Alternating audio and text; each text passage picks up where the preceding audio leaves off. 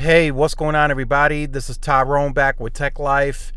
And here I have a great article for you guys from Cord Cutter News. I'll leave a link to it in the description so you guys could check it out. So this is from Roger Cheng himself. He's if you guys remember him, he's a former CNET editor, I believe, and he's now with Cord Cutter News.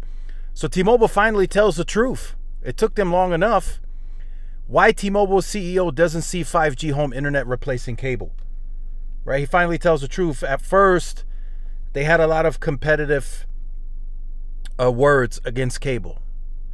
Like, yeah, we can do long term. We can handle this amount of usage. We can do this amount. And during the Goldman Sachs conference, his tune kind of changed. And he said that he doesn't see them overtaking cable or fiber. And this was his exact quote: "We won't change the broadband world with the offer."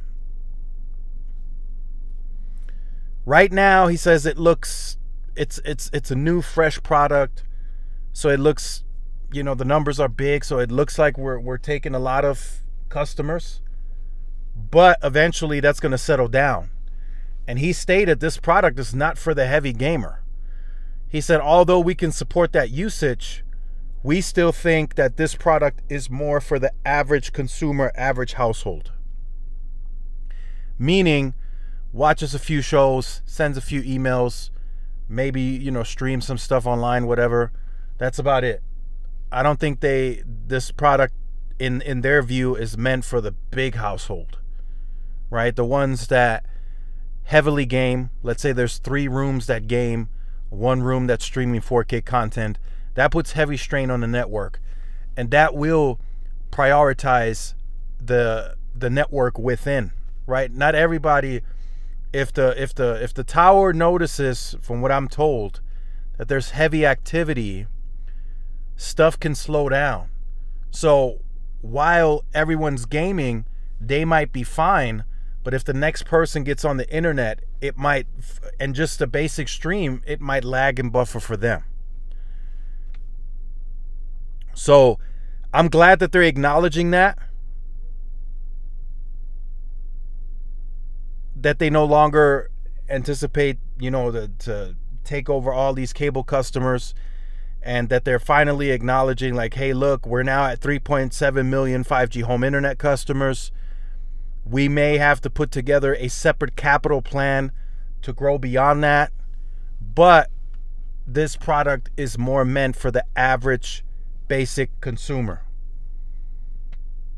And that's what he said. He said, although we can support the gaming community, this is more for the average consumer.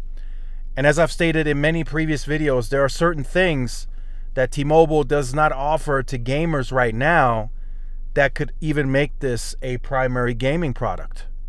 Right? There's open NAT type missing, port forwarding is missing, and several other things that aren't there, that people don't have access to. So those are just a few things that I wanted to point out. T-Mobile finally telling the truth. They still want to get to 7 to 8 million. That's single digit growth. That's still very low percentage. He did allude to having to come up with a different plan, that they're still running an analysis on if it's millimeter wave, or whatever, right? Whatever he says something about facing backhaul loop. I have to listen to it again. They're looking at everything right now. Everything is being looked at. Whatever is more economic sense, what makes more economic sense financially is what they're going to pursue. But right now, they don't have anything in the pipeline.